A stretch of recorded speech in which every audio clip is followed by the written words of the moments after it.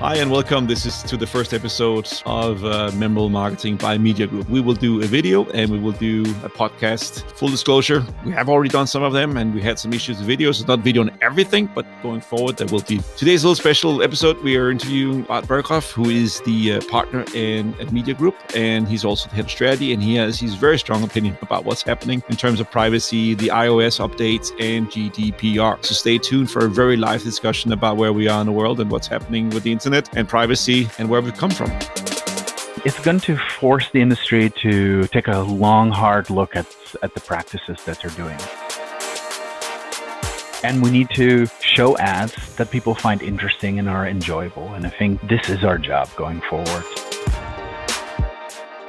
Welcome to Memorable Marketing by Media Group. Bart and I have been talking about a while for start this podcast. And because of all the stuff that's happening in marketing at the moment, we thought we should do a timely episode on the Great Reset in marketing. So this is sort of a episode 0 of the pilot, or the first one to come. A teaser. A teaser of more podcasts we'll do down the line. On a separate one, we will talk about marketing strategy. But today we want to talk about a great reset in marketing. And my name is Thomas May. I'm the host, and Bart Berghoff is the partner and my boss. So I better be on my best behavior. And today we're going to talk about the great resets in marketing. Mm-hmm. So, Bart, there's a lot of changes in online advertising has to do with privacy. But before we get into that, what is actually the issue people and companies are concerned about? Yeah, so you see this big movement towards privacy online and so on, and it's kind of coming together now, but it's been at the forefront of what the internet was meant to be. Like all the early internet pioneers saw the internet as a place where you could be yourself, where you can write be anything, actually, not even yourself, be anything you want, write whatever you want, have opinions, share those opinions with other people, and sort of very slowly but surely it turned into this dystopic nightmare where every movement that you make online is tracked and monetized, and that's for very good reasons. I mean, when companies, both agencies and brands, realize that everything you do online can be tracked, that meant a great boon for websites and companies, because it meant that old, it's like an adage where you say, I know half of my marketing spend is wasted, but I don't know which half, was no longer true. You could actually see, here's a button that someone clicked, here's later on a purchase that someone made, and so on. And so when companies started to realize this, they really went a little bit crazy, and we're seeing the backlash of that now. In online advertising, it used to be like, okay, at the very beginning, you just buy an ad on a page, and you think this page is popular, so that's going to be it. Then you started to buy it based on the number of impressions, so how many people have seen that ad on that specific publisher. Then you started to buy it based on clicks, and later on you started to buy it on all kinds of different models. But then a lot of companies started to realize that you, Thomas, if you have an interest in luxury cars specifically, and you're on a luxury car website, you're still the same person if you are on a website about cooking, right? So if somehow, but there's a really big difference in terms of the price that a company a publisher would get for that ad on the cooking website versus that on the luxury website. So there's a lot of value that was left on the table there, and companies started to realize, like, how can we leverage that value? How can we take advantage of that? And so what it meant is, okay, if it means that you're still the same person, whether you're on that luxury site or on that cooking website, that means that companies should be able to pay about the same amount. So what we're going to do is we're going to put you in a database of people that are interested in luxury goods, and then we're going to sell your impression on a website at more or less the same rate. I mean, different, but still there's a big difference. And that sort of facilitated the rise of programmatic advertising, but that also meant that publishers no longer had an incentive to write about quality things. they started to adjust.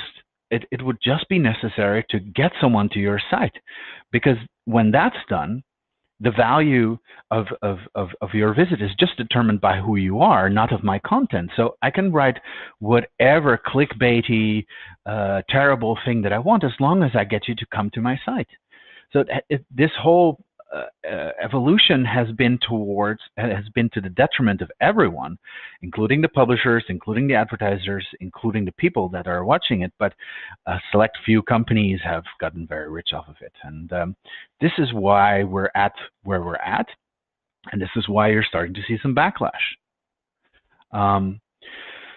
Yeah. So for instance, there's changes that Apple has pushed through. They did some updates with the latest iOS update. There's GDPR in Europe, which has some effect on this. There are browsers that have made some changes, and while there are some altruistic parts to this, for instance, Apple, they don't make their money on advertising, and so it's very easy for them to say, like, we stand for the people. But in fact, what they're doing is that they're having an extra selling point, and they're hurting their biggest competitors at the same time. So for them, it makes total strategic sense to hurt advertising as much as possible in their eyes. Yeah, as Tim Cook, the CEO of Apple, says, if your product is free, then you are the product. And Apple is not tracking anything, whereas Facebook and Google that's all they do. They track and build these massive databases, and you're for sale for the highest bidder, for the lowest bidder. And everything you've done and touched and clicked on for the last 10 years is for sale. And Apple is coming out with a strong stand on that because it differentiates them in the market. And they're having all these campaigns now about privacy, which is very strong. And I think maybe I'm being biased here, but I think personally it also has to do with, so as many people know, Tim Cook is one of the first Forbes 500 CEOs who come out and openly said it's gay. And he grew up in, I believe it's Alabama, and if I'm wrong, I'm sorry, but he definitely grew up in a place where that was not seen upon kindly. So and I believe it's personal, but maybe it's not, maybe it's just a good story, but because of his upbringing, because of his background, because of what's happened, he's a big defender of piracy. At least that's what I choose to believe. Maybe it's true, maybe it's not. Yeah, true. yeah, I'm a little bit more. How do you put this? Yeah, okay. I think it's a totally cynical and hypocritical move by Apple and other companies. I think it makes total strategic sense, and of course, that they can feel good about it. Like, okay, should we judge companies by their intentions or by their actions? It's hard to say what people's intentions are, so you're going to judge them by their actions, and it is a good thing. And I think maybe we can get into that later, but I think also a good thing for the advertising industry in the end. Yeah. But installing the iOS 14.5 and having a GDPR within Europe, would that solve the issue? Does it solve where we are, or what point are we at in terms of marketing and what's going on in terms of tracking? I think the regulation and companies having limitations in place will help to some extent, but it won't fundamentally change the whole situation until the right incentives are in place for all of the players. There was this sort of perfect storm where it was in everyone's interest to forget about people's privacy, even the people themselves, because they could get a lot of free information. It's now starting to get to the point where everything is bullshit, and there's so much overload of bad information that there is some pushback there. But it's going to help a bit, but I don't think it's going to solve the issue completely. Hopefully we'll get there over time. So from the marketing side of point of view, and certainly people who are in the marketing business, I mean, if you follow blogs and they're all crying like, oh no, it's all over. We can't do this. We can't do that. I mean, is it all over from a marketing perspective? Is it when one door closes? I believe another door opens. And what's your opinion about that? There's this great quote. It goes, it's difficult to get a man to understand something when his salary depends on him not understanding it, right? It's like, everyone has been expounding the virtues of limitless data gathering, behavioral targeting, all the rest of it. for what feels like decades has been a little bit shorter. But it's hard to go back on that now and to change the tune. I don't think it's doom and gloom. I think a lot of these things were flawed to begin with, and so it was long overdue. Long overdue. So is it getting back to becoming more creative again, coming up with better ideas instead of just categorizing and organizing and going after certain target groups, having better campaigns and better execution of those campaigns? Is that what we're back to now? The 95% of people is the number I've seen on iPhones is no to being tracked across all sites and all apps. Is that right? So just for the audience, that there's this little thing that you're getting on iOS when you're using an app or something, and it says, "Do you allow this app to track you outside?" And people are obviously going to say no because there's no incentive to do it. So that's just one of the things that's happening now. I think it's going to force the industry to take a long, hard look at the practices that they're doing. I would say, first of all of the behavioral data, so that database that I was talking about, was flawed to begin with. Very quickly, first of all, there's just a quality issue. There's the issue that the media is the message, right? Like you shouldn't want your brand to be seen next to some clickbaity article. It's not good for the associations, and it's not good for performance. But also there's a ton of bots and things of that nature that are very much diluting the usefulness of the behavioral data that is out there. Again, if you think about the incentives for publishers, the incentive for them was to get visitors to their websites for cheaper than they could sell it. So they could arbitrage in between, right? So a lot of publishers just figured out that if they buy visitors to their websites for 90 cents and they can sell it for $1, they could print money all day long, right? So what does this mean? By definition, if the traffic is actually worth $1, the traffic that they're buying for 90 cents needs to have some non-human elements to it. And so this is where all the fraud came from, all the rest of it. And I've seen some studies where even if something as simple as is someone a man or a woman on the internet is wildly inaccurate. You're better off just guessing. So so this is just in general, and then there are the walled gardens like Facebook and Google ecosystems and so on, which purportedly have better data. But then again, there are a lot of incentives for people to fake things. Like, look at all of these platforms deleting millions of people from their or not people, robots from their platform, and that's just one of the many things that is going on there. So I would say, first, take a good hard look at what this brave new world of online advertising has actually achieved. Beyond questionable data, an ecosystem of bots and frauds, media that is bad quality, traffic that is bad quality, a bunch of people that are uneducated, that get bad quality news and so on, and brands that get hurt from association with bad things.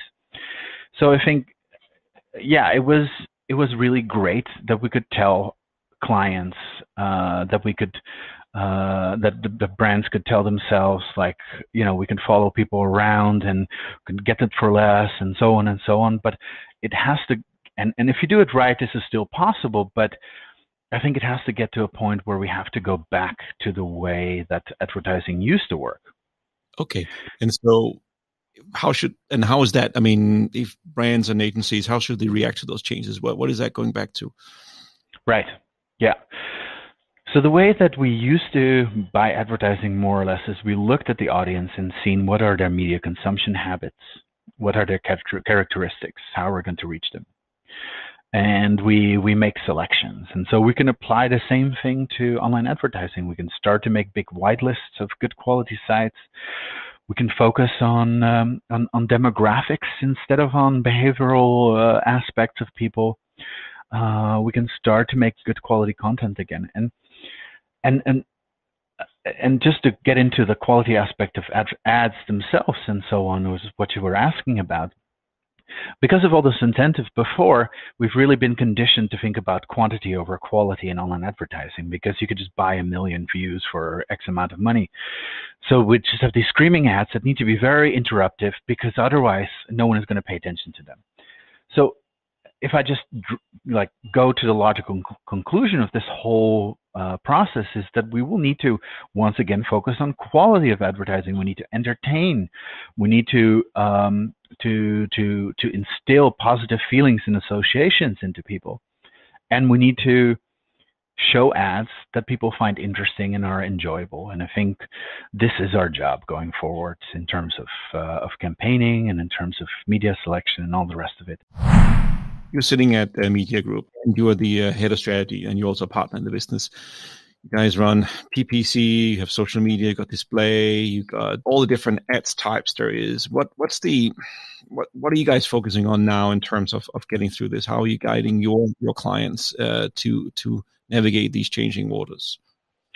Right. So there are two major groups of changes. One is to do with how we track advertising, and the other is to do with how we target advertising. So in terms of how we target advertising, we're already switching more to whitelisting, so just like, here's a bunch of sites that are good that we can use for this, selecting specific publishers, but also focus more on, for instance, broader keywords for PPC ads to promote content so we can entertain and delight people and so on.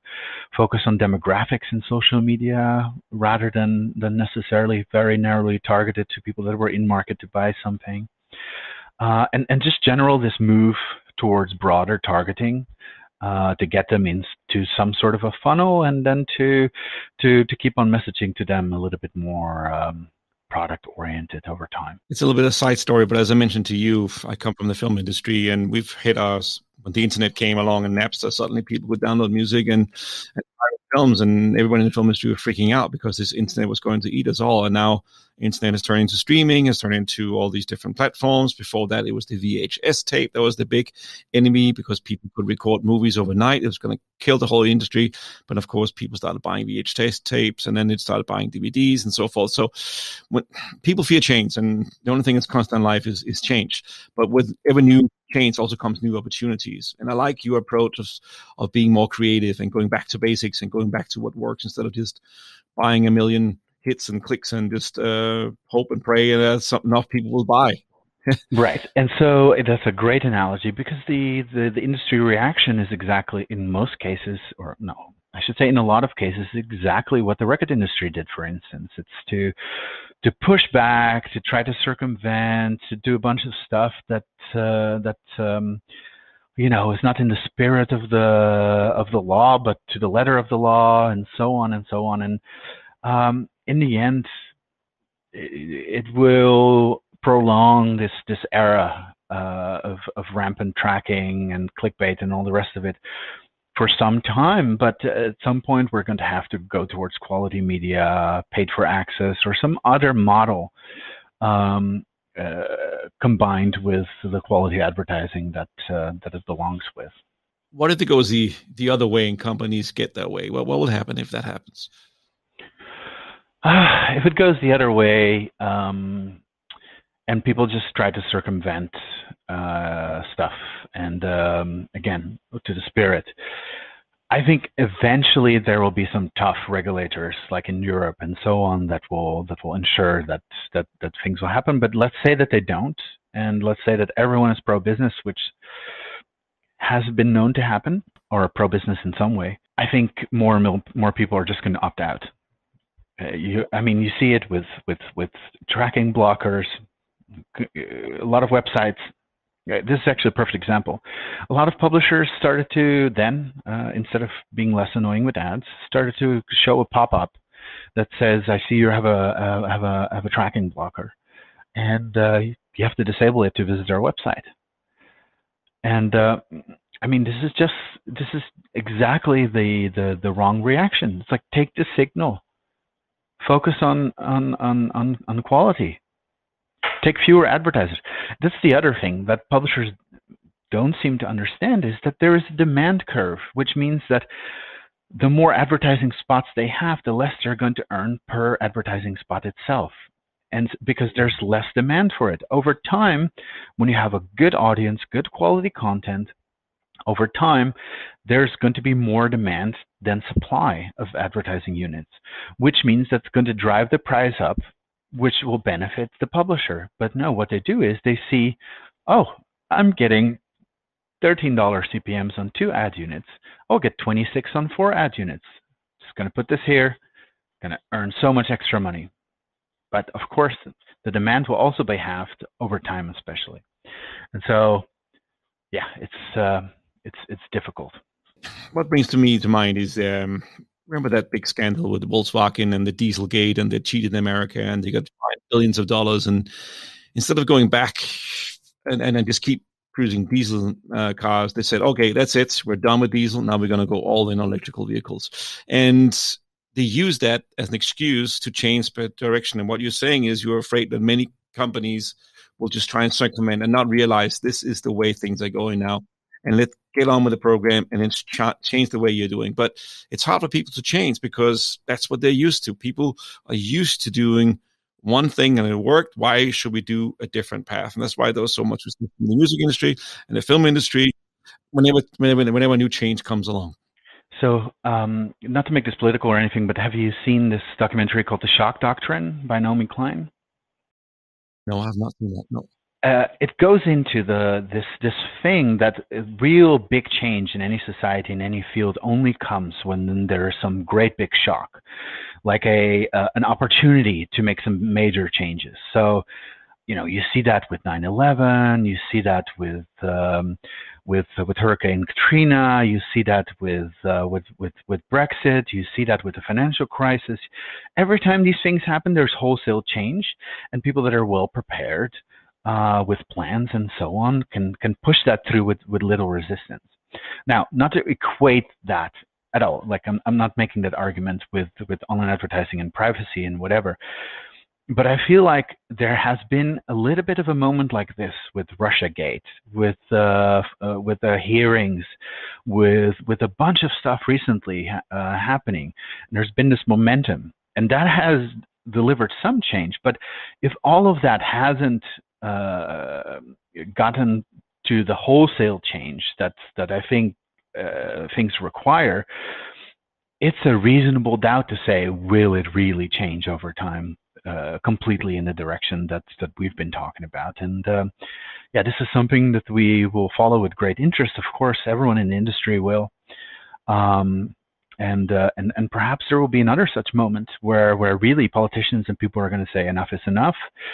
And we as an industry are going to say, you know what, this might actually be a good thing. There's this graph of people that have been asked, do you enjoy watching the advertising on TV, and it's just been going down to almost nothing. And that needs to change. Like, you can't. What a lot of brands don't understand is that you have to.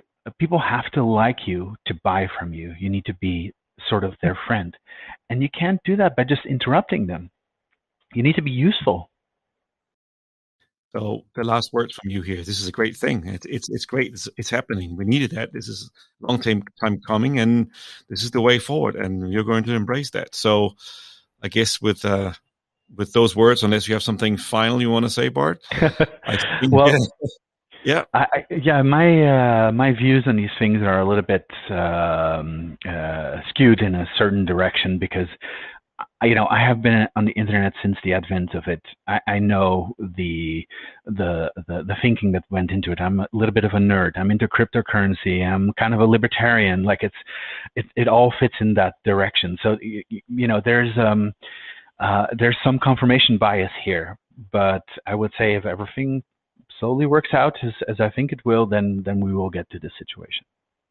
Okay, I can go down a path right now, which turns very difficult. I'm not, but obviously, what I was believing internet would be, because I believe we're in the same age, or I might even be older than you. But when the internet was coming along, it was this this freedom, this way where you could be anyone you want to be, and you could have freedom. And now the truth would finally come out. Nothing would be hidden, and we could all agree on the same set of facts. I just want to say, right now in the world we're in right now, that is not necessarily what is happening. And I don't want to go political, but I'm shocked that this has taken that turn where fear and propaganda and lies and stuff like can be spread and can be embraced by lots of organizations, or lack of organization. Just some secret person who calls himself a letter can come out with something and that people then follow. So that's maybe that's not what we should talk about today, but I'm hoping we can get there. Yeah, where we can get to Thomas, where even we the fact that we're self-censoring and we're saying, not to be political or whatever, it's just we don't realize it, but this was not a normal thing to do, like to self-censor and all the rest of it. And this is all related. The trajectory of the internet could have only happened because of advertising dollars. And that could have only happened because of a lack of privacy. So these things are directly related. Like I could join the dots between Trump's election and the first online banner ads. Those things are directly related if you think about it. And so, yeah, those things should be discussed, and I think we should do our best to not self-censor too much, but to keep things interesting for our audience, perhaps we should. Thank you, Bart. You're welcome, and thank you. So thanks for listening to this episode of Watching It. What we try to do at the end of each episode, whether it's video or just simply podcast, is to bring on our producer, Sane, who is sitting here in the studio and monitoring everything, make sure everything is right, and making us sound good and hopefully also look good. Maybe not what we're saying, but in terms of how at least we sound. And Sane, I would like to always bring you in at the end just to ask what you thought. What did you learn today? This was really interesting. Bart obviously knows a lot about what he is talking about. I really liked the kind of progressive attitude that he has. Like, you were talking about how you can see in industries when change has come, there's always this resistance, but it's the people who adopt the change and work towards the future that end up benefiting from the change that's happening. So I think, reading the trend that privacy is going to become more important and kind of a swing back to the quality of content rather than just the quantity of content is going to be the ongoing trend. And that's an important thing to embrace. Yeah.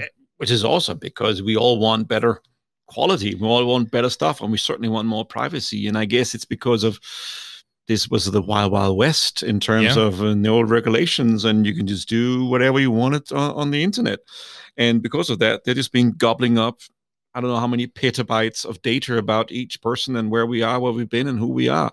So see, there's a buying pattern they can sell and monetize that. So I think this is coming at the right time. And I'm actually a little bit hopeful. What's absolutely. Speaking as a creative, like the swing towards creative advertising and that sort of thing. I remember watching TV shows that were dedicated to the best ads from around the world. Yes. And you just don't see that anymore. Like every year or two, there might be an interesting ad that makes it on YouTube that you will watch. But I think that's a really hopeful way to approach this issue.